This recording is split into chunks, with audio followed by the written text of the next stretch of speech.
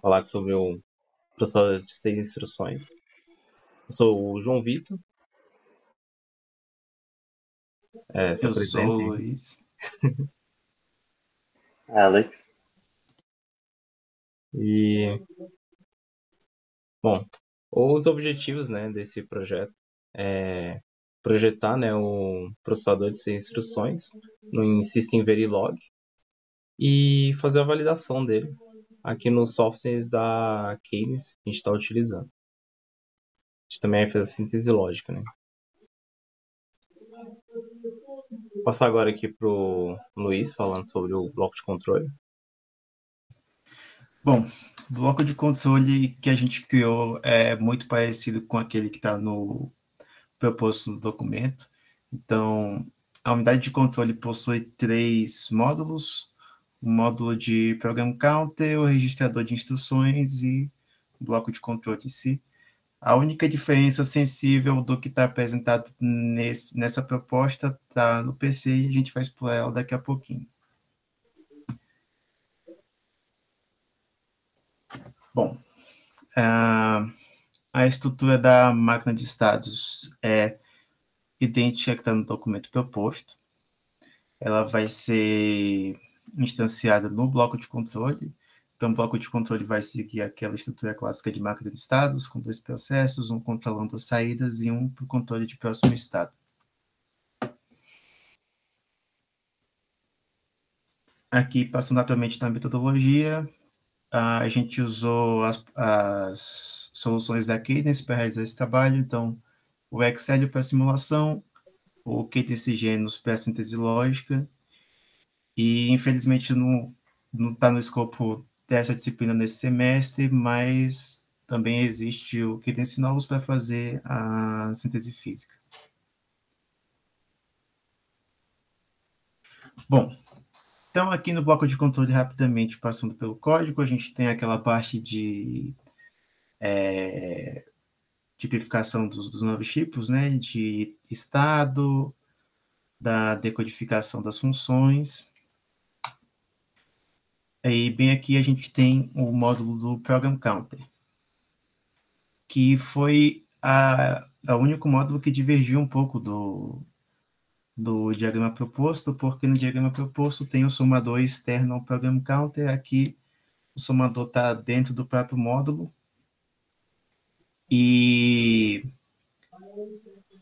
a gente fez uma extensão de sinal para que assim todas as entradas fossem de 15 bits, né? Tanto a entrada do próprio PC para poder fazer uma incrementação, quanto a entrada que vem da instrução. O bloco de controle ele reúne a máquina de estados, então ele que vai fazer a comunicação com o bloco operacional e também com os outros módulos dentro do módulo de controle. Então, ele vai fazer a comunicação com o Program Counter e com o registrador de instrução.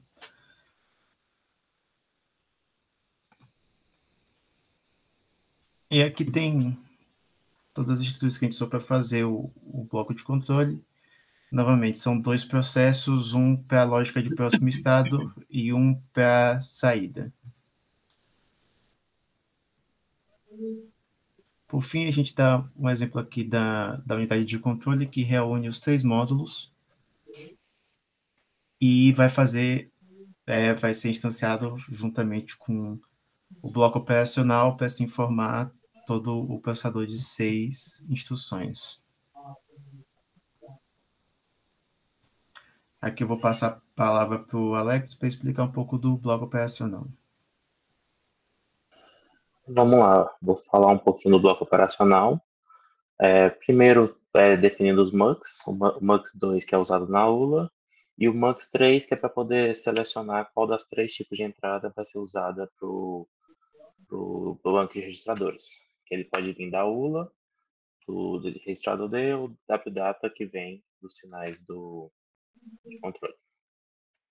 Tem também o banco de registradores, que é uma memória interna do processador para ele poder armazenar, são 16 registradores que ele pode usar, onde ele tem um registrador de escrita e uma entrada de escrita e duas saídas de leitura, que podem ser usadas simultaneamente.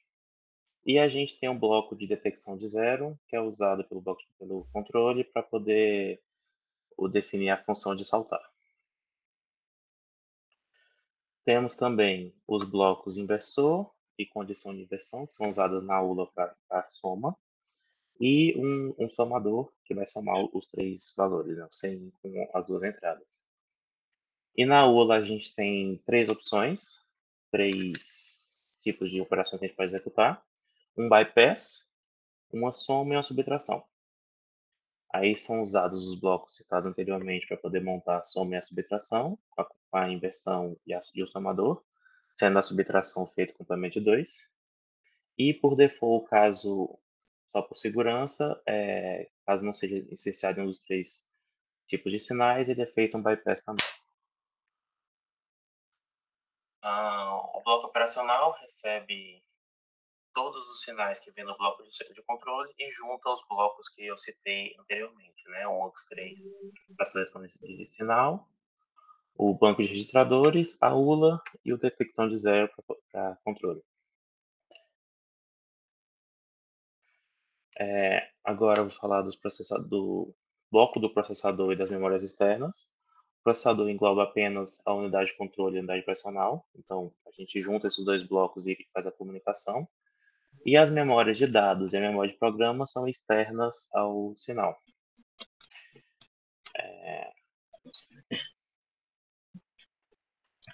Bom, falar agora sobre o teste bench, né? Para o nosso teste bench, a gente está utilizando um algoritmo de Fibonacci, que aqui do lado esquerdo eu tenho um pseudocódigo dele, que ele está calculando o sétimo número de Fibonacci, que no caso é 13. E aqui do lado direito a gente tem o código assembly desse algoritmo para o nosso processador. E aqui no canto aqui o código de máquina do código em si. Aqui embaixo, no final, é onde vai ser alocado o resultado, na posição 255 do registrador. A gente está utilizando esse algoritmo porque a gente consegue testar as 6 instruções do nosso processador, que são elas: mover uma constante para um registrador, mover um valor de um registrador para um dado, realizar uma soma, uma subtração e mover de um dado para o registrador, e também uma condição que é um jump condicional, que ele vai incrementar ali na pilha em si.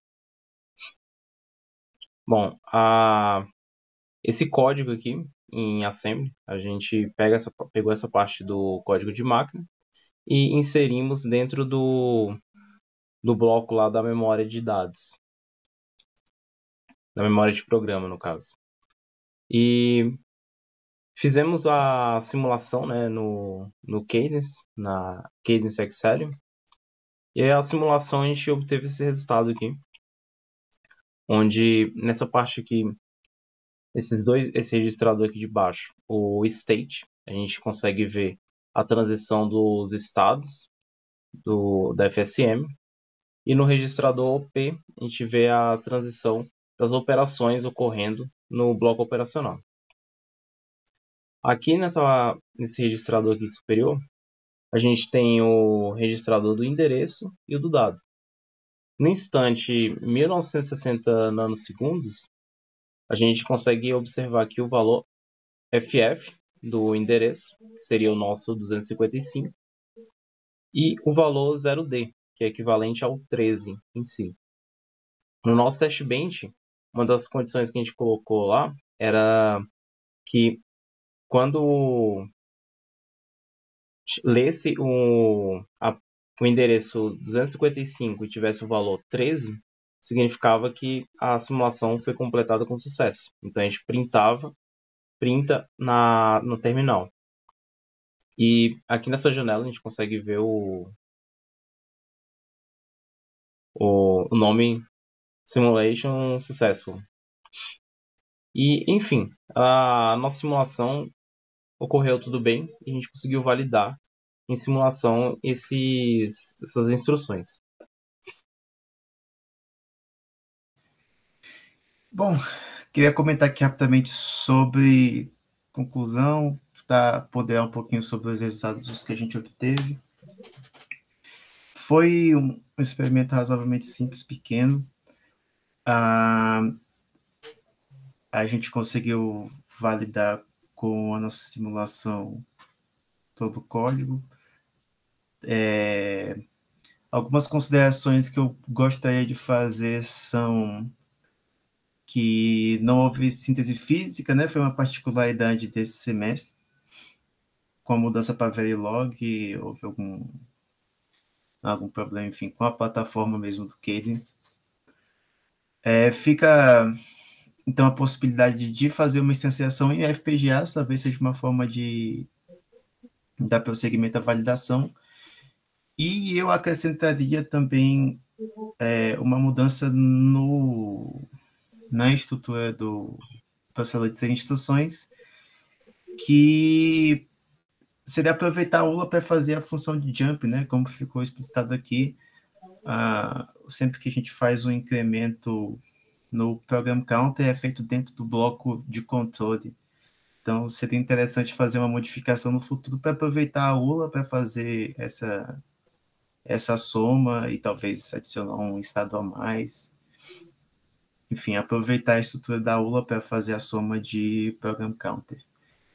Mas, dentro do que foi proposto, a gente seguiu um projeto muito próximo à especificação de planejamento do projeto e com resultados positivos.